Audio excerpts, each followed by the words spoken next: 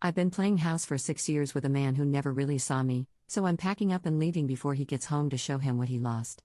Posted by you/OK_im_her. I, 31F, have been living with my boyfriend, 42M, for a little over 6 years. From the very start, everything moved so fast, and I jumped into a new life before thinking. There is so much to say about the 6-year history we have, mixed with good, but a lot of bad. He is divorced with 2 kids. The kids were 10 and 8 when we started dating, now they are 16 going on 17 and 14 going on 15. I have no kids and have never been married, but I do have the best lil pooch, who is now 13 years old. We have been good the last 6 to 8 weeks, so this may come as a surprise. No, there were no recent big fights. We have been going about life in this routine. I wake up, go to work, come straight home, walk our dogs. Oh, we just adopted a new pup 7 months ago, cook dinner, clean up, shower, and then bedtime. I do this every day. My boyfriend doesn't have a conventional job, so he can go weeks or months without working. I have a stable 9 to 6 job, Monday through Friday. So he's usually home while I'm at work. Today is the first time he is going to work since the year started. After 6 years with him, it has never been easy to talk about hard topics or my feelings. I always felt dismissed. To keep the peace, I always felt I had to play the part he expected and wanted. I can admit I am a bit of a people pleaser, and I do love very hard. I always gave him the benefit of the doubt and hoped for things to get better. At this point, I have isolated myself from my friends and family, and I don't even recognize myself anymore. I want to be a wife and mother more than anything, but I am afraid the way we are going is not leading there. I feel like my boyfriend is okay with just being boyfriend and girlfriend. I have given everything I can, helping with the kids, doing all the cooking and cleaning, and prioritizing him by giving him all of my free time. He gets sensitive when I try to make plans that don't involve him, and usually it leads to big fights until he guilts me to the point that I just gave up on a social life. As I get closer to my 40s, I am freaking out. Time is of the essence, and I don't want to wake up in my 40s with regret. There is so much to say about the dynamic, but long story short, I feel like the only way things will change is if there is a big change. We are both equally comfortable in this routine. I know I am not living life the way I truly want. I have tried to bring up ways to change the dynamic, but it usually leads to him telling me things that sound nice, but it never happens. He's all talk and no action. When I try to act on the things we talk about, it leads to huge blow-up fights. I do love him so much, but I just can't live life like this. My sister is moving, so there is an opportunity to take over her lease. My plan is to leave before he gets home from work and to write a letter explaining myself. I don't want to break up, but I need him to start taking me and this relationship seriously. I want us to be intentional and actually do the things we talk about. I wish I could talk to him instead of doing things this way, but I am afraid of a big fight happening. Am I the jerk for secretly moving out while he's at work? Top/relevant comments. Commenter. Are you moving out in an attempt to get him to change into the person you want him to be? Because that's not going to work. If he was going to change, was capable of change, and wanted to change, he's had 6 long years to do it, and you leaving isn't going to lead to any lasting change. He may be able to sustain a change in the short term to lure you back in, but it won't last, and as soon as you come back, he will backslide into the same old behaviors. You need to accept that you and he are just not compatible. If you want to leave, then that's great, but you need to do it for you, so that you can move on and have the kind of life, and find the kind of person that you want. Not in some misguided attempt to manipulate him into acting like the person you want him to be. Commenter 2. I agree with this statement. You aren't the jerk, but you should probably just break up with him to his face because you don't want the same things. That's okay, you shouldn't be made to feel like you have to hide leaving, and you shouldn't feel like leaving is going to give him magical feelings. Just do it for you so you can move toward what you want. Commenter 3. Why would this man change when he purposely chose a woman 11 years his junior to be a free nanny, maid with benefits, and pay his bills? He's living in the perfect dynamic where you give, and he takes it all. Of course he's going to shut you down. The maid with benefits should never have a voice to question him. Don't waste any more of your good years on this loser. The fact that you have isolated yourself from your friends and family is so sad. Ask yourself, what do you have to show for these 6 years you've given him? Leave, but don't try to stay with him. Update 15 days later. I am overwhelmed by how many responses the original post got. I was filled with mixed emotions after reading everything. I ultimately needed time to process before writing again on Reddit. So, I took most of the advice and decided to wait for him to get home to talk instead of leaving a letter and leaving while he was at work. Before I get into the update, I want to address a lot of people's concerns about there being a possible DV situation and toxic relationship. You were all right. Update: I decided to pack up my car with all of my important items. I cleaned the house, cooked, showered, and wrote out all my thoughts on what I wanted to say, because I tend to lose track of my thoughts when I'm in high tension conflicts. I wanted to make sure he understood why I felt the need to move out after 6 years. He got home around 9 p.m., and I asked if he could join me on the couch to talk. He immediately started to get anxious, asking me to hurry up and get to the point. I started to read the letter, and I couldn't help but cry as I read.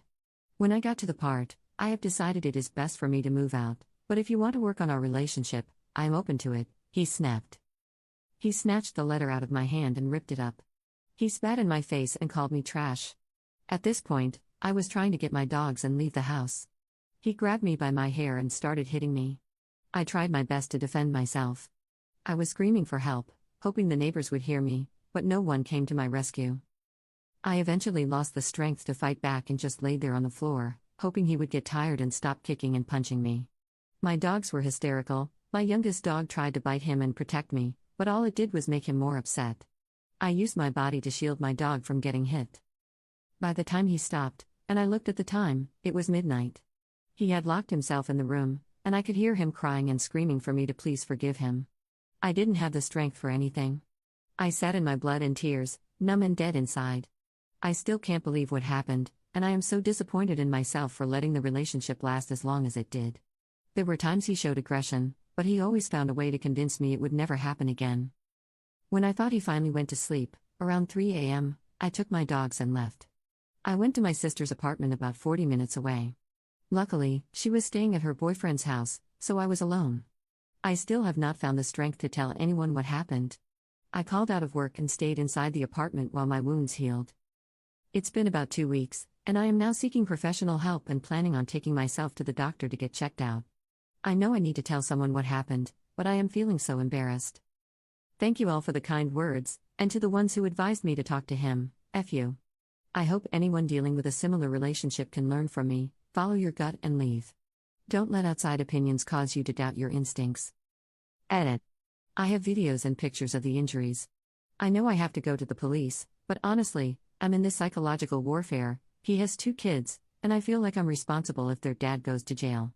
This is something I know I need to overcome, and that's why I'm taking the necessary steps to mentally prepare myself by seeking professional help. If anyone has any recommendations on how to go about this, I would really appreciate it. This all feels like a nightmare that I just want to be over. I haven't told any loved ones yet because it will just make everything more real. Top/relevant comments. Commenter. Sweet God, who the hell tells a woman living in a DV situation to speak to the abuser in person before leaving? Leave quietly and quickly whilst he's away. Never, ever speak to him in person. Leave a note or send a text later when you're far, far away. I hope Op goes to the police and keeps a record, selfies of her injuries. Commenter 2. I agree, but to be fair, that isn't at all how she portrayed their relationship, no mention at all of aggressive behavior. Op's response. Yeah, you're right. I did leave out a lot, but mainly because I was in denial. I realize how much I was in denial looking back. I wanted to see the good in my relationship. I was, and still am, very embarrassed by it all. How did I let myself go so far and become so blind to it all? Second update 1 day later.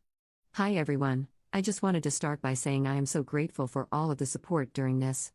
After reading everyone's comments, and yes, I may not respond to every comment, but I do take time to read everything coming in, because Reddit and you all here are the only people I have told about this, and it's helping me put everything that has happened in perspective. I have been doing more and more research on DV. Before this relationship, I had luckily never experienced a toxic relationship. All of my past relationships have always ended amicably, with love and respect. I never had to deal with any boyfriends screaming at me, intense jealousy, etc. So it was very hard for me to even notice what I was in. My ex was very good at talking. We always used to joke that he should have become a lawyer because of how convincing he knows he can be. I am in a place where I am facing everything head on now, instead of hiding in my sister's apartment, hiding from the world. I can admit, I am a survivor. What happened was not my fault, and I want to apologize for how I came across blaming the Redditors for bad advice. The emotion I am feeling now is rage. I was trying to find someone to blame for what happened to me. And the only person to blame is the effing psychopath loser ex of mine.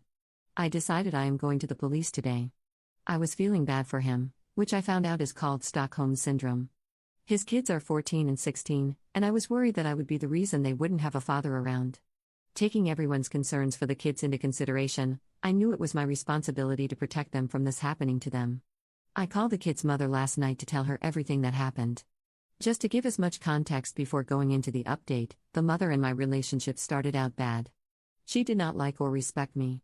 She did not agree with the big age gap and always made it a point to say I was the young bimbo trying to take the father's money, even though I have always worked and paid for everything I have. I have never asked him to ever financially take care of me. Over the 6 years, we have become more friendly. She eventually stopped badmouthing me to her kids and everyone else in the family.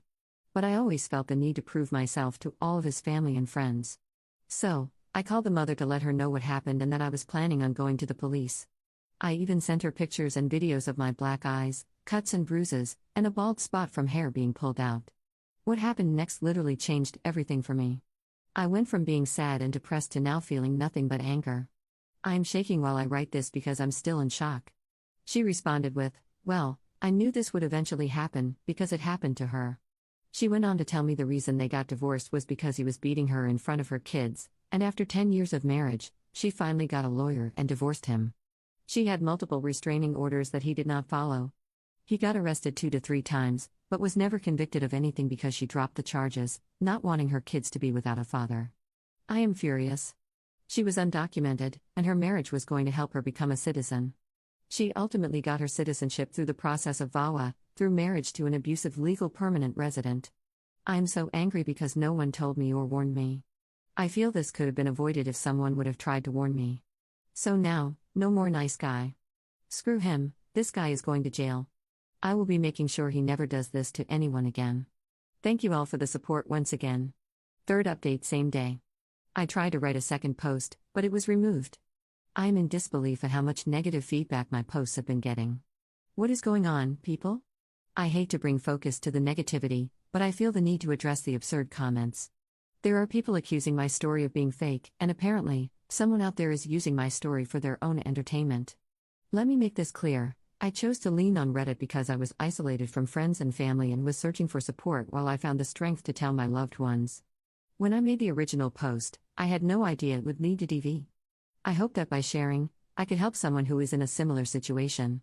I would like to think this is a community of kindness and open-mindedness toward each person's struggles. I know I struggle with putting into words how I feel and what's going on, especially in difficult conflicts.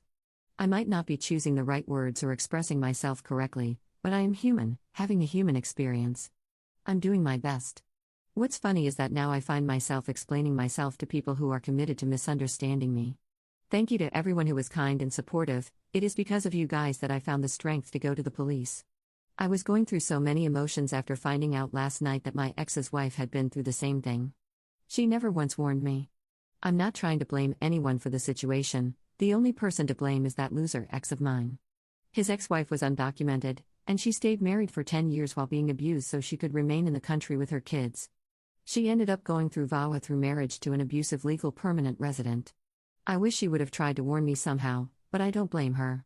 I'm just feeling so many emotions after this situation. Now I'm dealing with anger. So to conclude, it's probably best for my mental health to stay off Reddit and focus on reality. I have gone to the police, I will be seeing a therapist/psychiatrist tomorrow, and I'm putting in all the work to heal myself inside and out. I hope my story can shed light on the complexity of DV. And once again, thank you to all who were kind and supportive. Top/relevant comments. Commenter. I'm sorry that you went through this horrific experience, and I'm so glad that you are safe now. However, in your last post, you got really angry at people who encouraged you to actually talk to your partner of several years instead of ghosting him in the middle of the day. If you didn't know he could potentially become violent, how were we supposed to know? Your original post just made it sound like you were bored with the monotony and lack of ambition. No one had any idea it would go like this. You ended your post with "F you," and that was upsetting to read. You're blaming the wrong people for what he did to you. Be angry at your ex. It's not a random internet stranger's fault. Again, if you had no idea he was capable of this, how would we? Ops response. Yeah, I can see that now. My emotions have been all over the place, and trying to regulate them through this has been tough. I can see how my words seemed like I was placing blame, and I can see how my original post didn't allude to the possibility of DV. I was, and still am, in a very fragile state. I was living in denial, and while a lot of people did give more positivity than negativity, because I was so fragile, I focused on the bad and let certain comments sway my decisions about talking to him. I knew something felt off, not due to the monotony of life, but because in past relationships, it was never difficult for me to maintain a healthy social life while balancing a romantic relationship. After 6 years, I was in so deep, and I didn't convey everything that was going on. He had made me believe I was the one to blame, that I was crazy, so at the time of my original post, I was struggling with trusting myself. But I hope that after all the updates, people can see I'm not blaming Reddit or anyone besides my ex. Adds an edit to her post.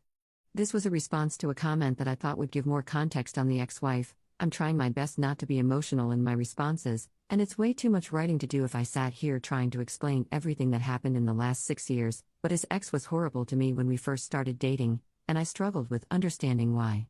I used to hear them arguing for hours on a daily basis. When things started to get serious and I moved in, I tried to reach out to her woman to woman so we could have a formal meeting, since I would be living in a house her kids would be at, part-time. She declined all of my outreach. In the first year, I used to take the kids shopping to get her Mother's Day gifts, Christmas gifts, and even a birthday gift. I was trying so hard to get accepted by his family, including his ex-wife. I wanted there to be a peaceful, loving relationship with all of us. I hate conflict and try to avoid it at all costs. She would badmouth me, call me a young bimbo who's trying to take all of their father's money, when I never asked him for financial support. I always worked and had my own things going for myself. So to find out what she went through, I was shocked. There were even times she tried to get back with him, and he would show me the messages. After a few years, she saw I was sticking around and slowly stopped all the hate, and we began to be more friendly. She had so many opportunities to share what happened and why they got divorced, but she didn't. There were no signs, the only signs were just weird, inconsistent stories. Looking back, I can see I was naive, and I should have never involved myself in this weird family dynamic. Commenter 2. Wait, so he beat his ex-wife in front of the kids, leading to restraining orders, which he then violated, leading to arrests, and he still had partial custody of the kids. Commenter 3. If the violence isn't directed at the kids, or can't be proven that it has been, many judges will allow the parent custody. The prevailing belief is that they're abusive to their spouse, not the children, so there's no reason to prevent the relationship. There are also cases where parents get custody of children when they're accused of SA of a different gender child, with the same reasoning.